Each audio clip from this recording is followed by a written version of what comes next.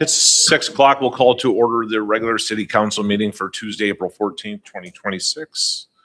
Pastor Steve. Good evening. Oh, good evening to the council. It's good to be with you today, and let's pray.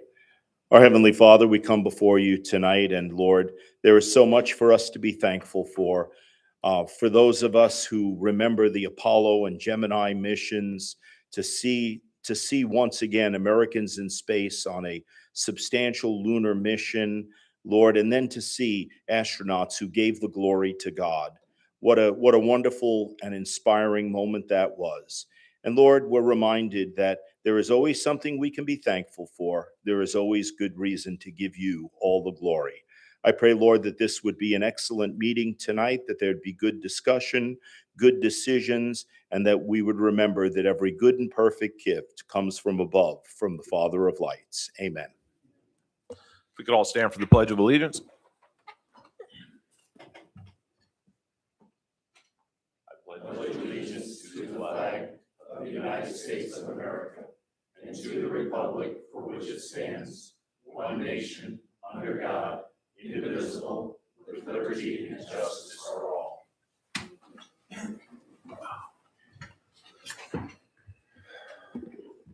Page roll call. Rothschild. Here. Kennett. Here. Swanson. Here. Barnhart. Here. Roothouse. James. Here. Samowski. Arnold. Here. Okay, we have a quorum. Next on the agenda, city engineering report. Tyler. Good evening, council. So ongoing construction projects, State Street, we started into the intersection at Ogden today. So sanitary sewer main should be finished tomorrow or Thursday. That contractor just has to finish up laterals services, which will be hopefully by the end of next week. And then Laud will be starting on water main in the intersection at Ogden tomorrow. And then hopefully after completion of that, they'll move south of the project and start putting in water main to the north. For Geneseo Well 33, we've submitted the corrosion study to the EPA, and we're working with the EPA on acceptance of that well.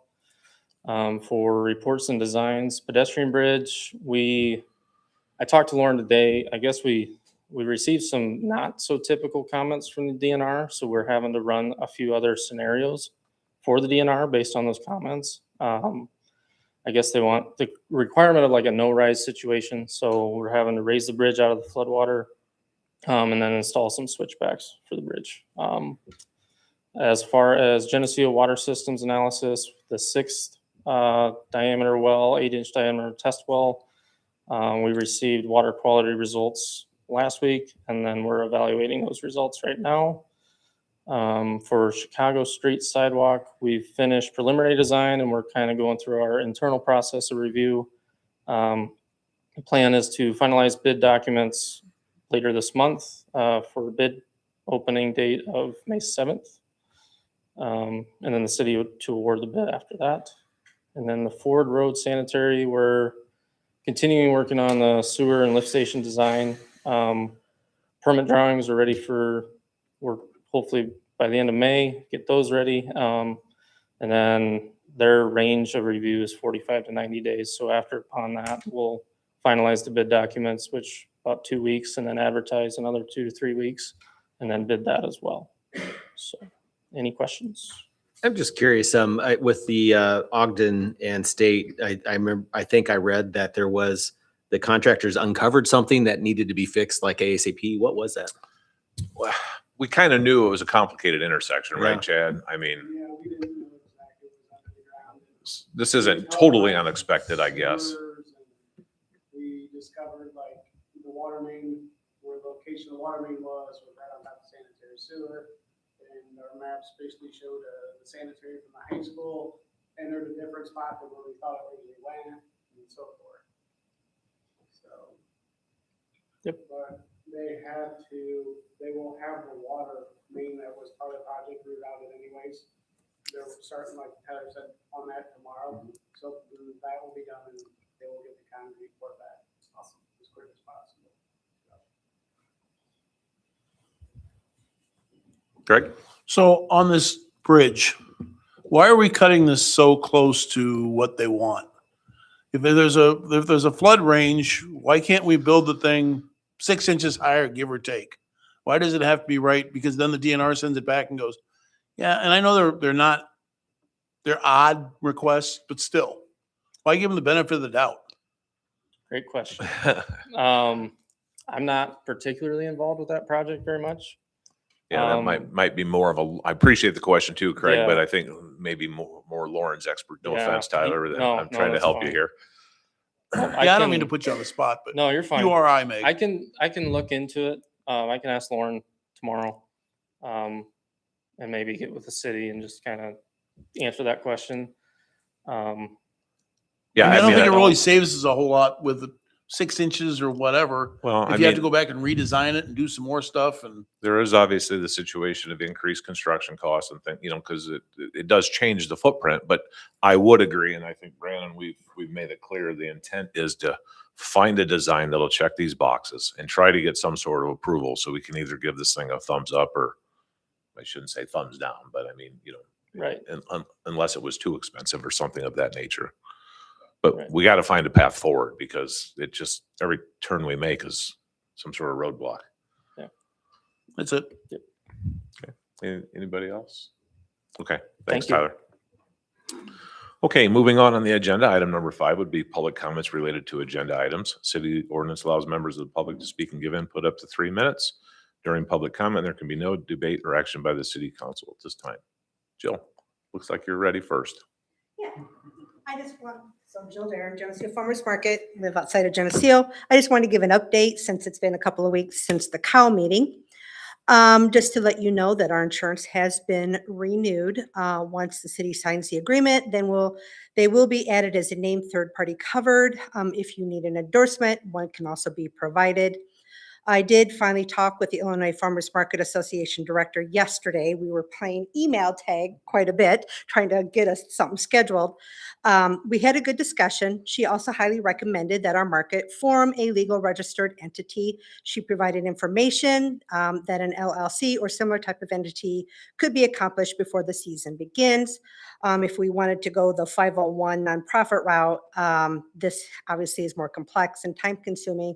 So this would not be able to be completed prior to the start of our season, since it's only 6 weeks. So utilizing her expertise and knowledge with other markets. Unfortunately, she also did not have any information on the breakdown of how markets are, like the percentage of how many are an LLC, private, unincorporated, part of another entity. Unfortunately, she didn't have that information. With the current structure and the intent of the market, we are still unincorporated and an association by default. We need to determine what is the best for the market. So I am reaching out to legal counsel in order that we are able to move forward correctly with the proper entity. So I have reached out to legal on that. Of course, that's got to wait to actually be able to talk to somebody. In addition to all of this, the market vendors have also yet to meet to discuss this matter. Our preseason meeting is scheduled for next week. So this will be a discussion item after kind of the preseason meeting. I also mentioned to the city administrator that there is no mention of scheduled dates in the agreement where we typically set up in the grassy area on the north side of Pearl Street. If I'm assuming all of you have been up to the Music Fest, but typically we set up in the grass to accommodate the Chamber's Music Fest activities. This has worked in the past, and we typically have also extended hours. The former chamber director and I worked in conjunction with each other for our activities, and I do not see why this should change. So I think it would be smart maybe to add that to the agreement, because we had talked, you have just kind of a blanket statement, to get approval. So since we know that one occurs, why don't we just add it to it? Let's see here. I would also like to delineate on the map our designated area in the grass and have it part of the agreement when we need to be in the grass for these major community-wide events, which brings, and I have a copy I will provide. All right, so also so that you're aware, I am meeting with several Isle of Flag volunteers to discuss Saturday, July 4th. Because of the activities on this Saturday, I also think it is best for community access and for safety that we move to the grassy area on this date also. So kind of looked through the calendar and I went, uh-oh. So, and I had them reach out. So we are meeting. And we typically do not need to have overflow based on previous history, but it could occur on an infrequent basis. I would like the agreement to allow overflow in the grass area on the north side of Pearl Street to accommodate this need. Our market is always in flux with vendor attendance. I may not know until late in the week. Having this allowance prevents last minute notifications or missed notifications. For option one, I just wanted to let you know that we are in the process of determining what type of legal entity would be best for the market. I hope to have it in process hopefully by next week or the week after. I just don't know. Again, I want to meet with legal counsel. So my question is, are you requiring it to be completed or just in process in order to sign off on option one? And then option two, as the city has recognized the market since the beginning of our setting up on city property, when you look at the example of the 24-25 agreement, it is with the Geneseo Farmers Market with me as an authorized signer. I don't know why option two, that you feel this change needs to be done, since that has been the way it always has been. And basically, that's kind of what I have, just so you are up to date with what we have been working on to meet the discussions that were had and the suggestions from the county. So I know public comment, we can't have any comment. I Yeah. don't know if during the action item, if we can have any, if Yeah, anybody has questions. Yeah, we can answer them at that point. obviously have reasonable dialogue for sure. Okay. Thank you. Thanks. Yeah.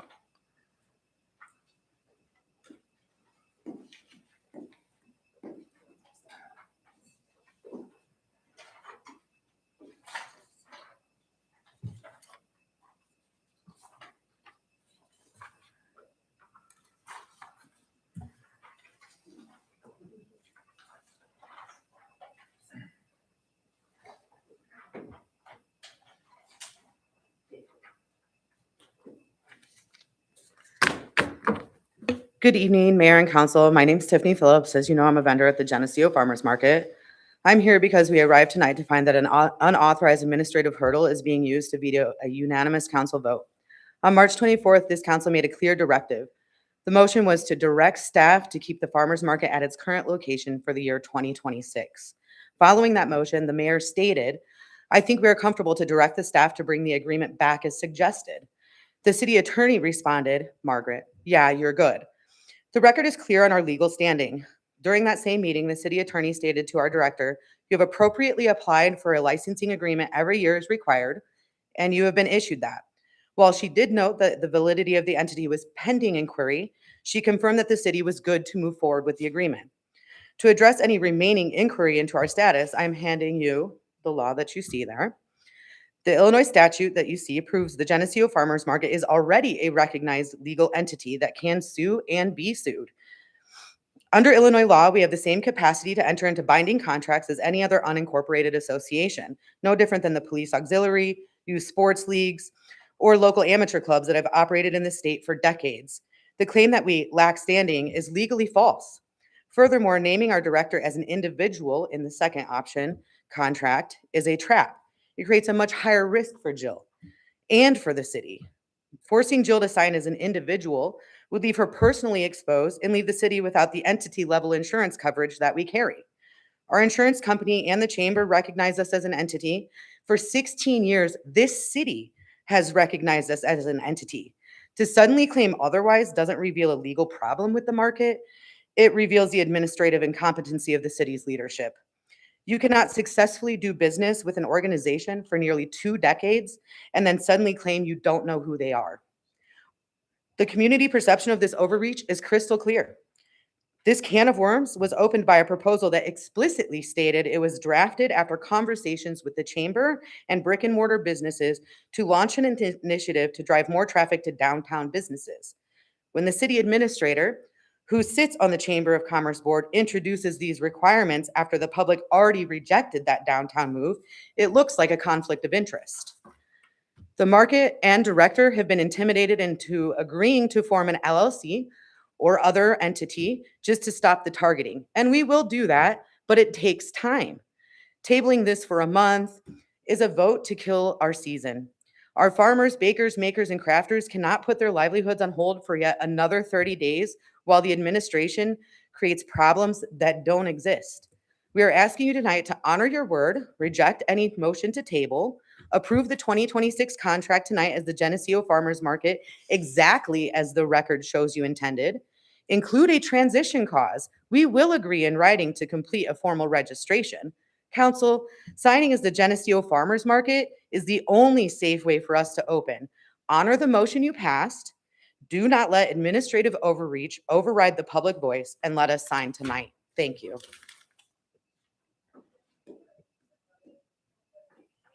Any other public comment?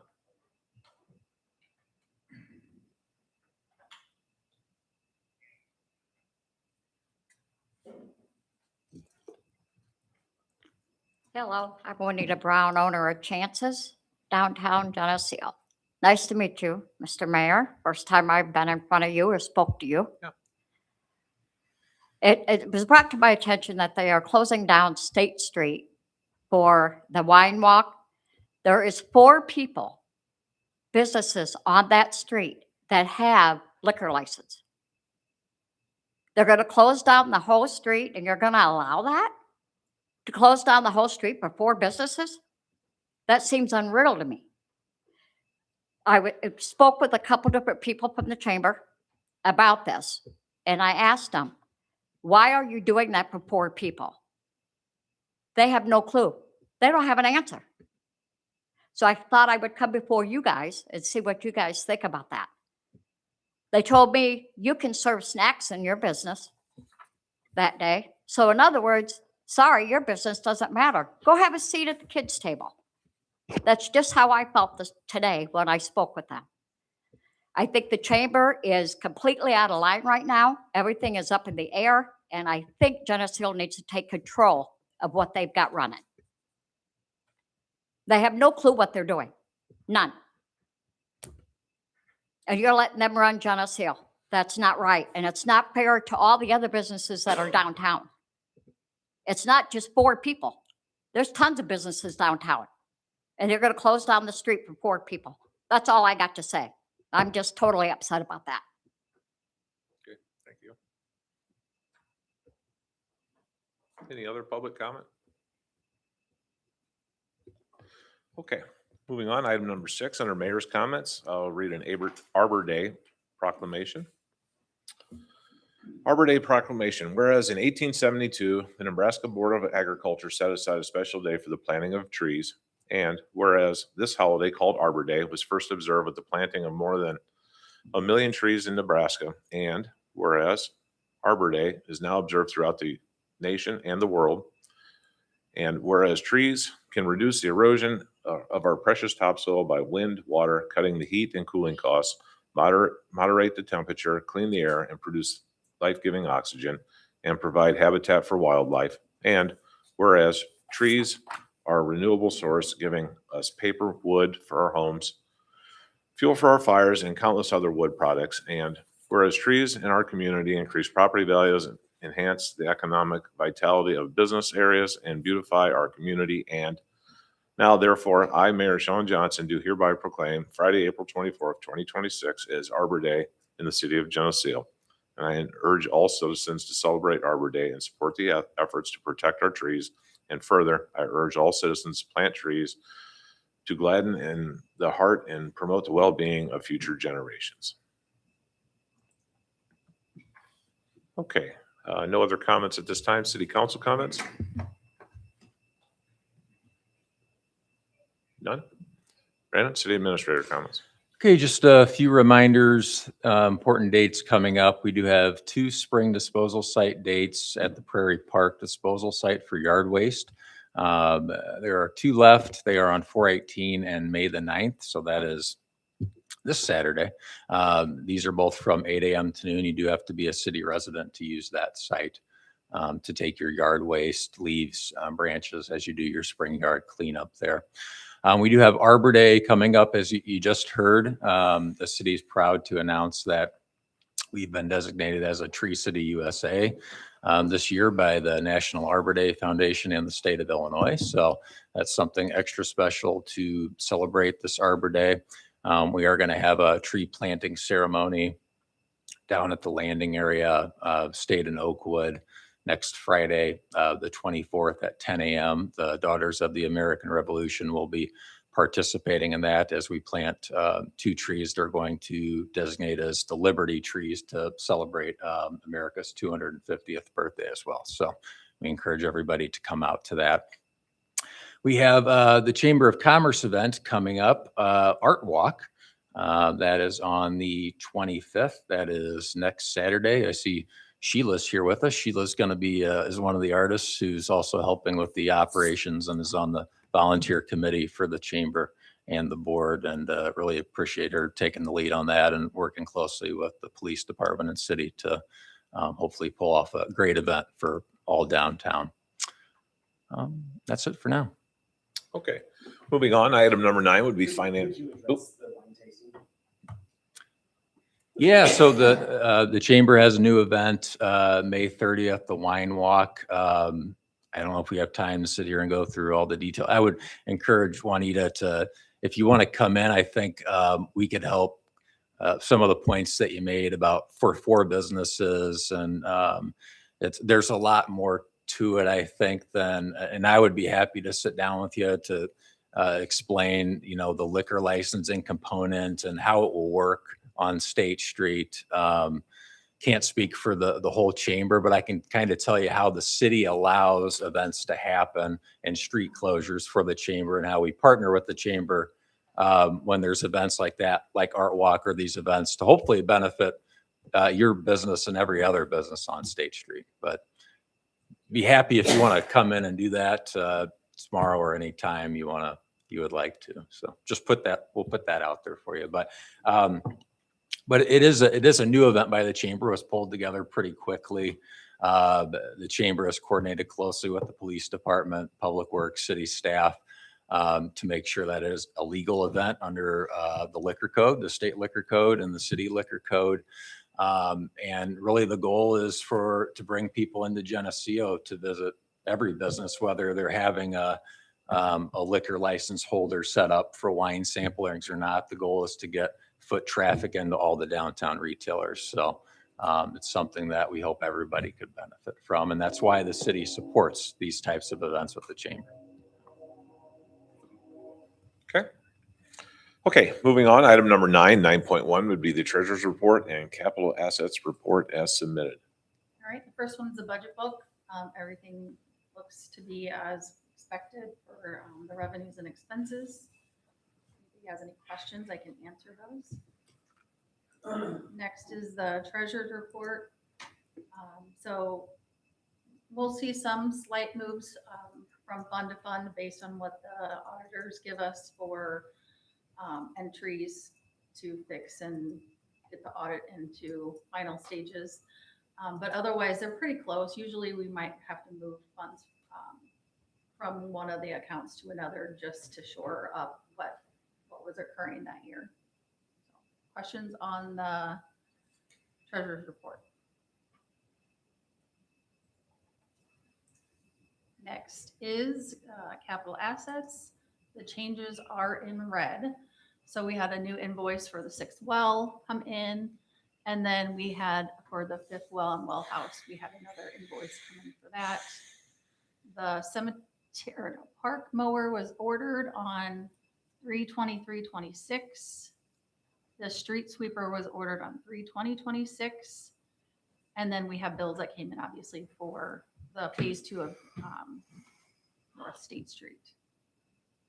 The bucket truck came in. You should have seen that in the last bill packet. And so there's that invoice. It's completed. And then the pole replacement, there was an invoice that came in for that. Otherwise, just some miscellaneous items. And then an invoice for the pedestrian bridge. Next is the capital planning projects.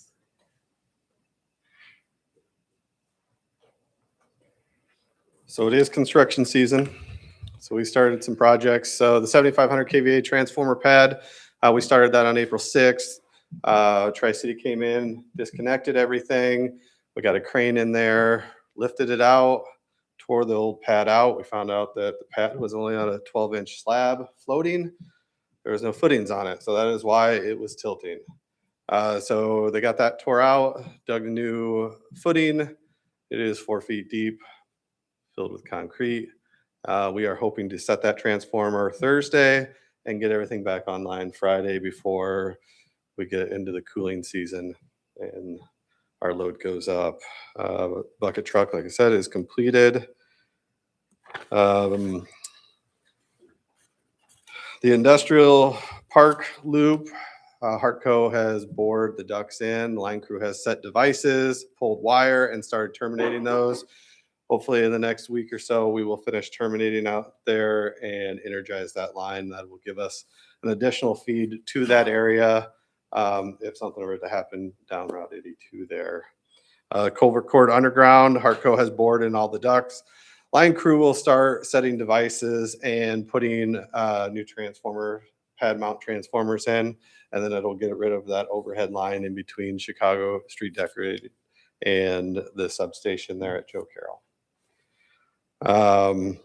We started ordering equipment and material for the pole replacement on Chestnut Street. The poles have arrived. You'll start seeing material, cross arms and all that kind of stuff coming in. The guys will start that project probably later this summer. Like there's 17 poles, I believe.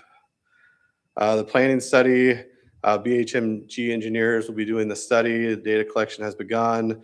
I have submitted a lot of our daily spreadsheets that they need, our MISO bills, all that stuff. They will do an on-site visit here later this month to collect more data on that one. Any questions? Thanks, Eric.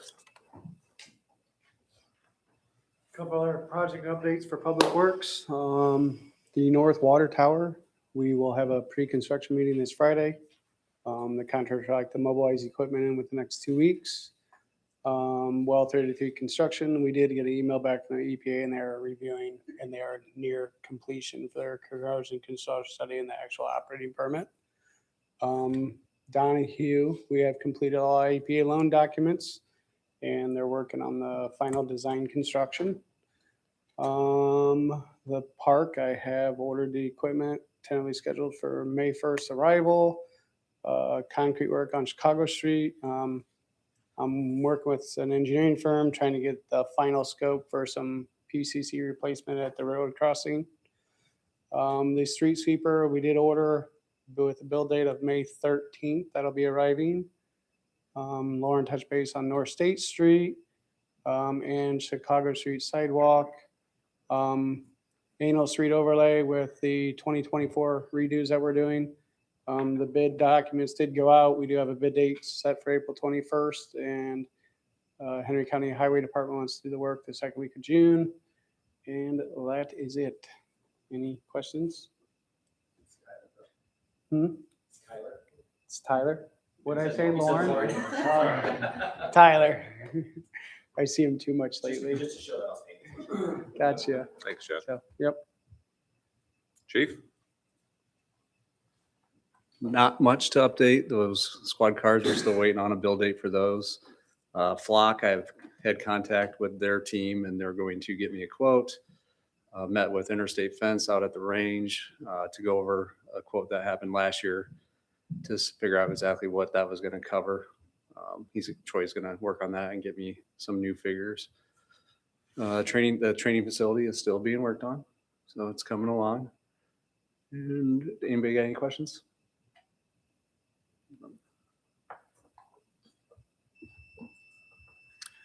Okay, and then general and administrative. So City Hall landscaping updates. We did talk to the contractor today for some of the updates we're going to do around the building and out front here and eliminating that grass square that's up there and spruce up some things. So we should be starting that project shortly here this spring. Richmond Hill Park Stage, we are going to pour the concrete walkway up to the stage, weather dependent. It'll be later this month or early in May. We're doing that in-house with the street department. We did talk with our Girl Scout partner, Hannah McGee, who achieved her gold award for the coordination she did with the city on the project, which is very exciting. They want to do an official, the regional Girl Scout district wants to present the award at the project site. And we'll do a ribbon cutting at the same time on the facility. We've tentatively planned that with the McGee family for June the 3rd at 6 p.m., but we will confirm that soon and then publicly announce that to anybody who wants to join for that. And then Tyler gave the update on where we're at with the pedestrian bridge and working through the challenges with the DNR. So that's it for now.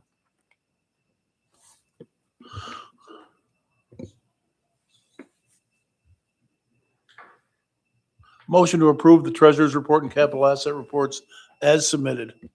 Motion by Arnold, Second. second by James. Roll call. Rothschild, Yes. Kennett, Yes. Swanson, Yes. Barnhart, Yes. Roothouse, James, Yes. Arnold. Yes. Okay, item carries. Number 10 would be the consent agenda.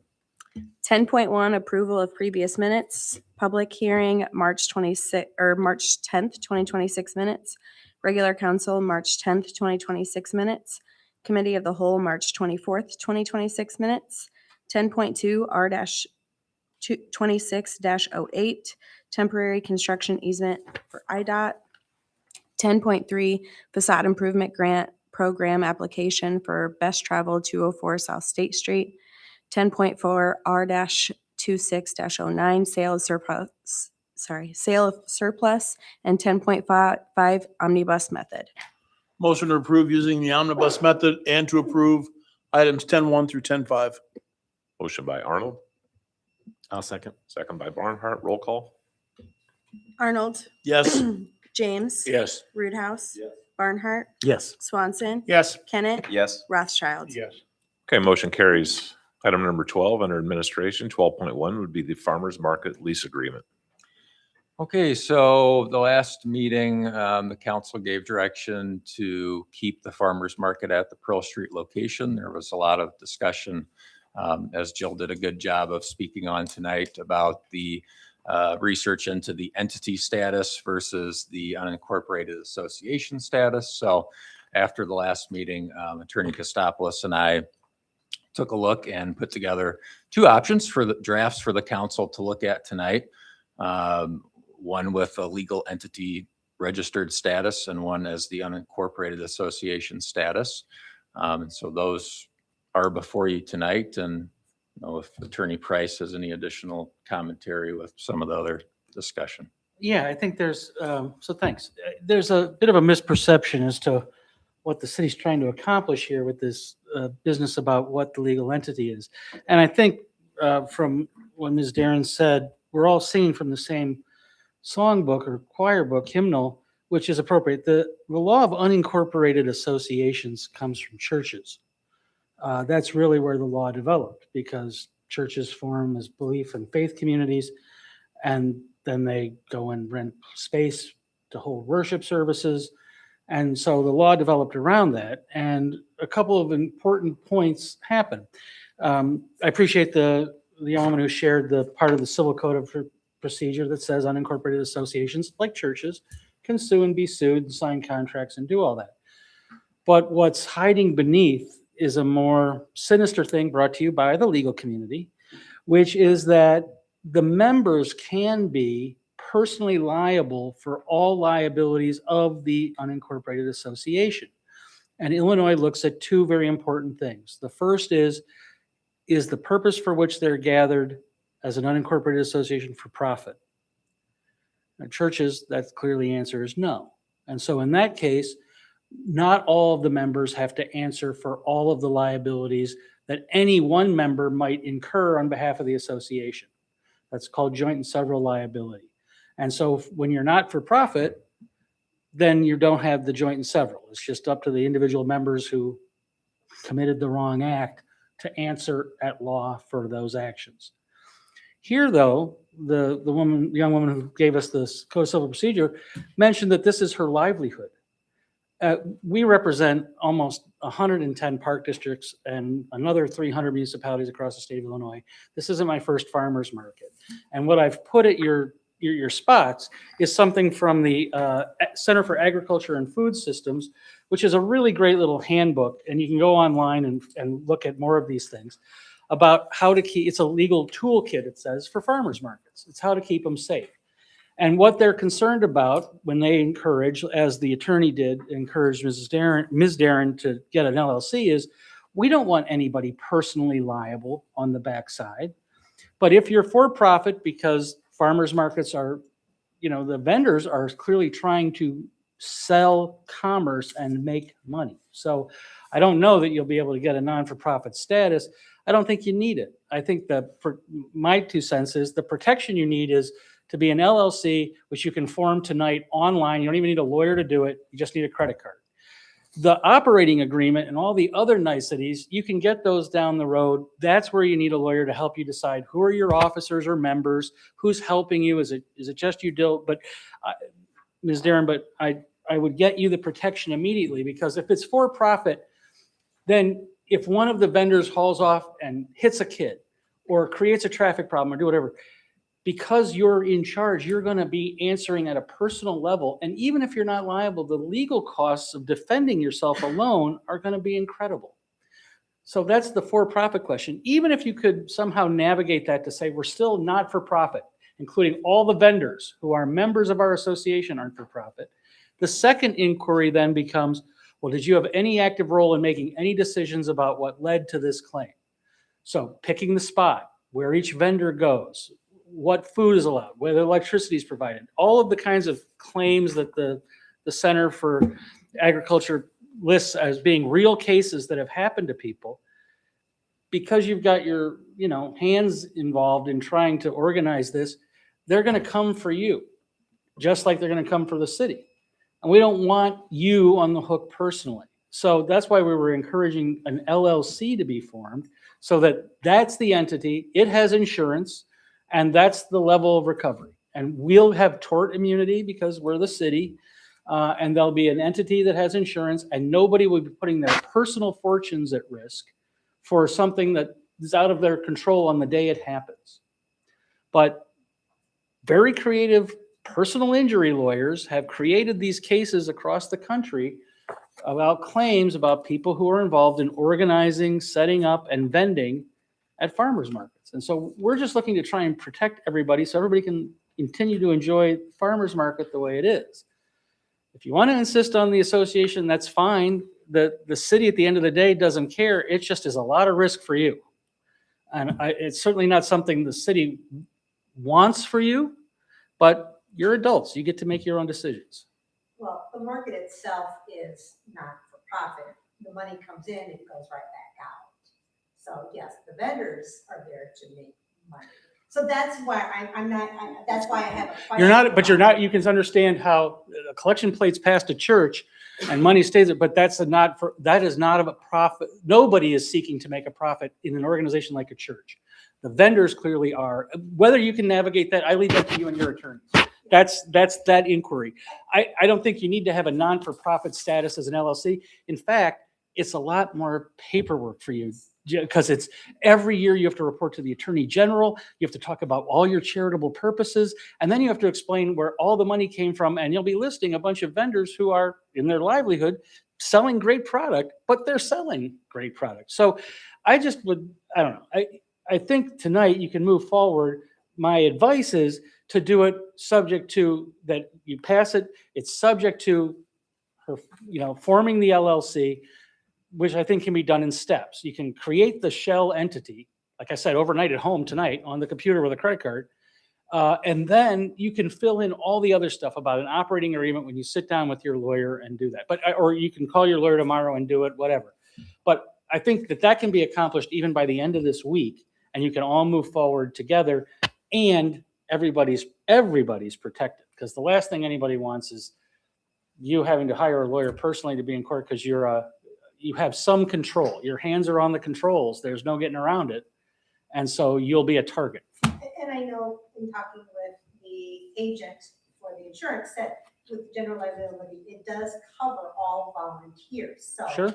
So. Right, that would. I understand that, yeah, they'll try to sue not just the market, but any individual vendor, me, the city, just to, Right, and volunteers, one of the guiding principles that you learn your first day in law school is liability follows knowledge and control. Right, volunteers don't have any of that. You direct them and they're all good, so they're not going to have liability. But you, as the major domo of the farmers market, you're going to be right in the crosshairs of any sort of personal injury lawyer who's advertising on TV. Injured? So those are the people coming for you. And we're just looking to have everybody protected because I got these guys protected. They got tort immunities and everything else. But if we're going to have a farmer's market where everybody's welcome and safe, and the last thing you're worried about is looking over your shoulder at somebody who's going to create a problem for you, And I want to reiterate, I took heat this week because I'm the one that really brought up that you should have an LLC purely because I care about you and want you protected. It's your choice. If you want to do an association, we can say option 2. I just want to reiterate, I was surprised that I took heat and people said that it was out of line for the city to be saying anything. And I'm like, we are a caring community and I care about people. So I just want to make sure that's really clear that my recommendation was out of caring and not trying to make it more difficult or anything else, because I would hate for something crazy to happen, and it's not a threat. So I don't know why the idea that somehow we're threatening you. Please, that's not where I'm coming from at all. Yeah, I would just exactly right. So I would the very famous case of Sugarland, the band in Indiana, right? That was a festival. It had gone on for many years and it was fine. And then the storm came up, threw the tent around, and every organizer of the festival got sued, right? Because people got hurt, and personal injury lawyers look for anybody with money that had any knowledge or any control about how the festival was organized or operated. And so that's why having an entity to protect you is important, because you can't, despite your best efforts looking at the radar and all the rest, and they did that at the fair in Indiana, those things still happen. And so, anyway, that's my 2 cents. My question is timing. Is this a problem? Like, are you guys going to open soon? Like, what are we looking at? Well, so Like, ideally. the summer market opens the first Saturday in June. That's the regular market. Now, we are participating in the art walk, but that is a chamber-sponsored event. So again, You're I don't covered. know how that would work. Yeah, you're covered. That's a chamber event. So you're just a volunteer or an entity invited to participate, whatever, like the Yes, and vendors. that's what we are. Yeah, so I'm not worried about that one. It's the farmer's market events. That's where it needs to be in place. So if those start in June, you got enough time. Yeah. And again, tonight, I guess the motion would be to approve it, subject to the conditioned upon forming the LLC and providing that, and then you're off to the races. Well, is that okay with you? Because I mean, I gotta acknowledge we've operated for 20-some years without one, so. Right, and But we're if you're, talking- I mean, like, I'm not going against his advice, I'm just saying since you're doing it as Right. an LLC, okay? well, I would say, let's just say a legal entity, so if I choose to do an LLC or try to do a nonprofit, which I know would be difficult, but I think as a registered legal entity, and then let Yeah. Yeah. Right. decide what I need to be. Yep. Because that, Yep. and I know there's different types of LLCs, so it's just getting down to the nitty gritty of exactly what we're gonna So do. do you feel like that's enough time? to get that Before done June? Yeah. Okay. Yeah, I can't, probably not this week. I'm on the road for the next 2 days for work. And I'm on the road Oh, for okay. Well, 3 that- days next week for Yeah, work. I said this week because I thought there was an urgency given what was said before. So that's fine. Yeah, And- I just want to make sure there wasn't urgency like us doing this and they were gonna have some event like a week. Yeah. And then we're holding them up. No, right. So I just want to make sure that. And since we've just- never been sued in 20-some years, that would be silly to And delay it over. And I'm delayed when anybody has an interest in the law. So I am happy to share. So if you want to write this down, the case in Illinois is called about these unincorporated associations that frames the discussion about the risks you face, Ms. Darren, is called Joseph versus Collis. So it's Joseph versus Collis, Collis. And the site is 649 NE2D, so it stands for Northeast, second, NE2D, and then the number's 964, and your lawyer can show you that. It's an interesting case because it's about a pastor and a church elder who defamed members of the city council. So beware. You might want to check it out too. No, I don't think we're in disagreement that obviously it's the right move to take yeah. different steps towards a potential registered entity. The issue was whether or not you could sign the contract with the Geneseo Farmers Market tonight instead of Jill Darren's individual name. Well, Because we are recognized as an entity. So option 2 is what I think Jill is looking to do with the transition to the LLC or registered business, whatever she's going to do. However, we're looking to get the contract signed so that we know that we have a secured location. So why can't we change that to Geneseo Farmers Market instead of Jill Darren's because name? there's When no you such, see an option 1, it's okay. if that's where you want to go, but Yes. that exposes you to liability. I'd rather just say option 2 and you'll come in and tell us what the entity is. No, other way around. Option one's one. Oh. But you're right. Yeah, whatever the one is where you were going to come in and tell us what it is. Well, that's where I say, Jill, it's up to you, because you're saying opposite things, because you're saying go with option 2, you're saying you're okay with option 1. Yes, So I just want to make sure you're doing what you want. yes. And in discussion with my husband, since we own a farm, So I he think- trusts me, he's going, yeah, we're fine. So, Yeah, all right. And again, I just personally want you to be protected. and it was great, and with the insurance agent kind of explaining it and how it works with even the general liability and stuff like that. So it was, I've had really good discussions the last 2 days. So. Okay, I'll try to make a motion on option 1 and then you tell me if it's not right. All right. By the way, I left copies of the toolkit thing back there for members of the Yeah, I audience. have it. Got it, Oh, okay. you did? James, do we? You use the We got it, Mike. Yeah. Okay, you're online. So one of the things that Jill asked for is that we add something around to basically say the park is overflow or will be used on dates when the Pearl Street is, we need to add some language into there, so. Yeah, but just I make don't think we need a motion for that. I think unless- Well, I was just gonna say, James, if you make a motion, you may want to include to incorporate, to make the amendments. that's all I was gonna say. Brandon, but you have an understanding with Jill, what those amendments need to be, correct? Yeah. Yeah. If the council can. Well, if you're willing to do the so moved thing. Yeah. I did a quick cut and paste to delineate the north side of the park, so. Because you did it for in the street itself. So this would be for overflow and for those designated community-wide events. Yeah. Somehow recognize that. Yeah, I think agree if with they that. could give me the ability to work with Jill Of to course. add those special events, then we can just sit down and put them in. And we're gonna include the provisions as well. The food truck integration and the tax compliance. Yeah, that's an optional one. That's in both. Well, it says both options. I just want to make sure we're putting that in there. It's in both of them. Okay. So whether you select option one or two, those are in both. And in our agreement, that each vendor receives, so there's a lot of information. So I already addressed, the tax compliance, so let me find my little. All tax collections, documentation, and accounting for products sold by each vendor is the responsibility of said vendor. Is the statement we have in our agreement. So the amendment's just about overflow parking, right? And No, we would actually physically set up in the grass. So what's the amendment? What are you adding? So there are certain days. that Two Pearl holidays Street's or- closed.